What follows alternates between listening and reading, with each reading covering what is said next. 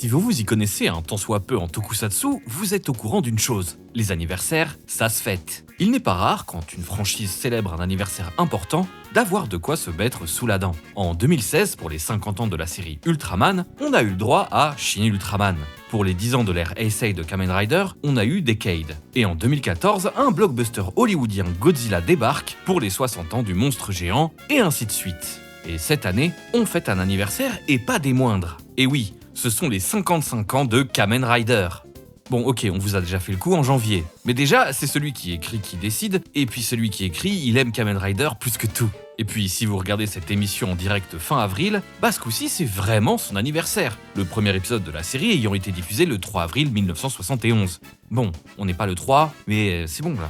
Ah, et surtout, on a un film d'anniversaire. Alors, pour être précis, on en a deux en vrai. Vous avez pu voir passer depuis le début du mois une annonce pour un film anniversaire Kabuto. Mais surtout, là, on a un film anniversaire sorti hier, le 29 avril, et qui, en plus, donne plutôt envie, et semble être produit avec un peu plus de moyens que les téléfilms dont on est habitué autour de la franchise. Il est même diffusé au cinéma au Japon, et on peut peut-être espérer une distribution officielle en Occident si les étoiles s'alignent et si on fait confiance à la Toei. LOL. Ce film célèbre donc non seulement les 55 ans de la franchise, mais aussi les 25 ans de Kamen Rider Agito, qui n'est pas forcément la plus connue des séries de la sauterelle. L'occasion était donc toute trouvée de se replonger dans l'univers de Ishinomori Shotaro afin de parler plus en détail de cette dernière. Bon, rassurez-vous, nous n'allons pas refaire une nouvelle fois la chronologie sommaire de la série, nous vous invitons à regarder la précédente émission sur Kamen Rider Black Sun pour avoir plus d'informations. Cependant, il faut quand même nous attarder sur la période à laquelle sort Agito, pour avoir un peu de contexte. Il faut comprendre qu'en 2001, rien n'était sûr pour la franchise. Petit retour en arrière, à la fin des années 80. Kamen Rider est déjà une franchise correctement installée dans l'esprit de la jeunesse japonaise. On est loin du rythme annuel que l'on connaît depuis 2000, mais il y a déjà eu 7 séries et une poignée de films. Sauf que la dernière série en date, la très chouette Kamen Rider Super One, bah mine de rien, elle date de 1981. Et à part un spécial en 1984 où apparaît Kamen Rider ZX, ça fait un moment que la franchise ne touche les grilles de la Toei que par des rediffusions. Sauf qu'en 1988, miracle, sort Kamen Rider Black. Et Black, ça va très bien marcher. La série est acclamée par les fans, les gens la regardent, et elle est encore aujourd'hui perçue comme un des joyaux de la franchise. Et pour cause, on est sûrement sur la meilleure série de l'ère Showa, dont la production design fait pâlir à peu près tout ce qui est sorti avant dans le genre. À ce moment, tous les signaux sont au vert, et la Toei donne le feu vert à Kamen Rider Black RX, une continuation directe de la série, avec le même héros, mais qui gagne un nouveau costume. Malheureusement, malgré un production design toujours zinzin, ça ne marche pas aussi bien que prévu. Ce flop, avec d'autres facteurs qu'on a brièvement expliqués par le passé, met la série au placard pour les 11 années qui suivent. Il faut que je vous quitte. Ma planète a besoin de moi. Pucci est mort en regagnant sa planète. Bon, c'est un peu abusé de dire ça. En vrai, on a eu 2-3 films, des petits spéciaux, des apparitions, ça va.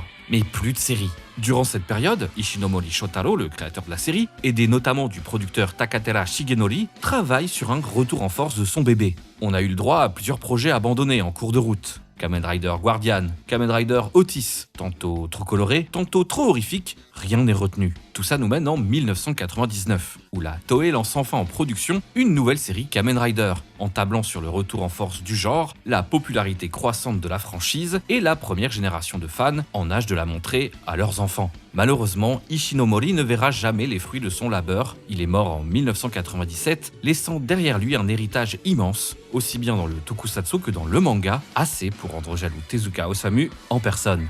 En 2000 sort Kamen Rider Kyuga, qui dépasse toutes les espérances de la Toei. La série marche, est très bien reçue et relance donc une nouvelle fois la machine, qui ne s'est toujours pas arrêtée depuis, au rythme frénétique d'une série et au moins un film par an. Mais en 2001, juste après Kyuga, la pression est immense. Comment transformer l'essai et ne pas reproduire l'erreur Black RX? Surtout que Kyuga comme prédécesseur, ça se pose là. Kamen Rider Kyuga a tout simplement la réputation d'être possiblement le meilleur tokusatsu de tous les temps auprès d'une grande partie des amateurs. Une suite directe est d'abord envisagée, à la manière de Black RX justement. On peut d'ailleurs trouver que les designs de Kyuga et de Agito se ressemblent pas mal, autant le héros que les ennemis. Cette idée est assez vite abandonnée et les deux séries n'ont aucun rapport dans leurs intrigues, quand bien même on apprend dans le premier épisode que les événements de Kyuga ont bien eu lieu 2 ans plus tôt. Pour s'assurer du succès de la série, on fait appel à un vétéran du tokusatsu qui avait déjà écrit une petite dizaine d'épisodes de Kyuuga, Inoue Toshiki. Inoue, c'est un grand nom du genre. C'est un scénariste qui a bossé sur une chier d'animés ultra importants comme Hokuto no Ken, Dragon Ball ou City Hunter. Il est surtout connu pour son travail sur des tokusatsu. Il a écrit beaucoup d'épisodes de plein de séries et a été auteur principal sur des œuvres majeures du genre. Il est l'auteur de Jetman notamment, peut-être le meilleur Super Sentai de la franchise. Il a aussi écrit Kamen Rider Faiz, Kiba, tous les films Kamen Rider des années 2000, le film Agito qui va sortir, et d'autres trucs genre Kyuuchi Oni The Live ou Shogeki Golaigan de Hanemiya Keita. Inoue, c'est un auteur à succès mais qui a tendance à diviser. Il a un style très défini, très porté sur le mystère, généralement plus sombre et mature que ses pairs, avec un certain goût pour les personnages complexes et nuancés, assez contre nature dans ce monde de super-héros. Mais on peut aussi lui trouver plusieurs défauts. Si ses personnages féminins sont généralement très forts et marquants, ses personnages masculins sont un peu ternes.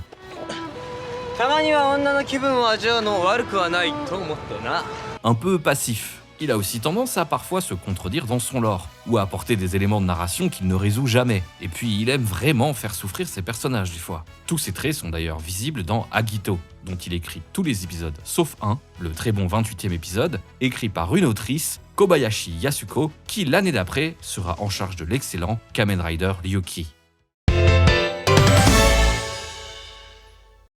Sort enfin en 2001 Kamen Rider Agito, la première série de la franchise qui compte non pas un, mais 3 riders principaux. Tsugami Shoichi est un jeune homme amnésique qu'on a retrouvé échoué sur une plage. Shoichi est un jeune homme innocent et insouciant, toujours avec le sourire, et ce malgré sa perte d'identité. Passionné de jardinage et de cuisine, il semble doué de prescience et est capable de sentir à l'instinct la présence des Lords, les ennemis de la série. Il peut se transformer en Agito, une forme guerrière capable de prouesses physiques extraordinaires dont il ignore tout.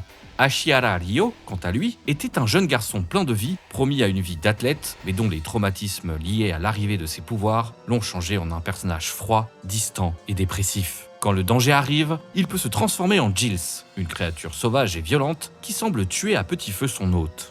Et enfin le dernier, Hikawa Makoto, un policier droit et héroïque qui, à l'aide de sa supérieure la goth Ozawa Sumiko, pilote l'unité G3, une armure cybernétique armée jusqu'aux dents pour lutter contre la menace des Lords. Makoto est à ce jour unique dans la franchise, car c'est un Kamen Rider qui n'a pas vraiment de Henshin. Il ne se transforme pas, il met juste l'armure comme une sorte d'héritage des Metal Hero de la Toei qui se sont arrêtés 2 ans plus tôt. L'intrigue de la série commence avec une étrange boîte trouvée sur un rivage. Cette boîte, étudiée puis ouverte par des scientifiques, contenait un bébé. Un étrange bébé qui semble grandir à une vitesse surnaturelle et qui bientôt s'enfuit du laboratoire, non sans victime. Cet événement marque aussi le début des apparitions de créatures hybrides entre humains et animaux, des créatures que la police nomme les Unknown et qui sont en réalité des Lords. Ces créatures étranges sont la cause d'une série de meurtres sur laquelle va enquêter l'unité G3, mais aussi cet enculé de Hojo Toru, un antagoniste secondaire mais absolument détestable. Ces meurtres semblent viser des individus capables de pouvoirs surnaturels, comme des médiums, des télépathes, des gens capables de tours de magie étranges. Et tous meurent dans des conditions impossibles. Enfermés dans un arbre avec toute l'eau de leur corps qui s'évapore, fusionnés au béton et toutes sortes de mises à mort mystérieuses et spectaculaires. Les Lords sont très mystérieux, mais ils ont tous une peur en commun, Agito. Se forme alors un brouillard épais d'intrigues qui s'entremêlent entre des apparitions du mystérieux Overlord, des bribes du passé de Shoichi et le flou total sur les événements qui se sont déroulés sur le ferry de l'Akatsuki l'année passée.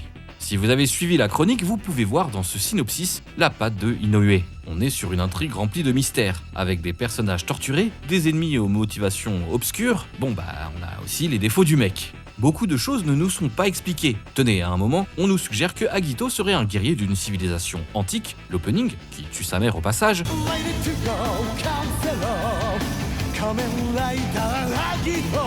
s'ouvre sur une tapisserie qui le montre. Je vous spoil, on sait pas trop. Peut-être, oui, peut-être, non. À un moment, ça arrive dans la série, mais on n'a pas de réponse définitive. Même son intrigue principale est résolue assez tard d'ailleurs. On comprend enfin de quoi il en ressort dans le dernier arc de la série.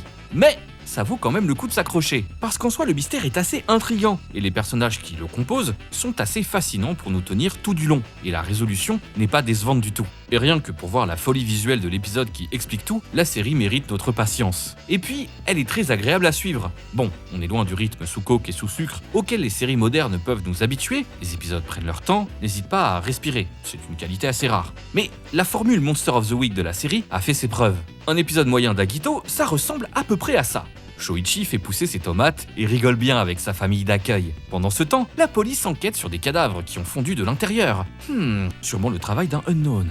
Allez, Hikawa, Ozawa et le troisième mec vont bouffer au barbecue coréen. Sur place, ils croisent Shoichi et tout le monde se marre parce que Hikawa est maladroit. Puis Shoichi a son Spider Sense qui s'éveille. La police est appelée, ils vont trouver le unknown et lui casser la gueule à la mort. Dans une scène d'action de malade mental, non je rigole pas, il y a vraiment des passages hyper stylés, genre c'est trop stylé, genre pas d'autres mots.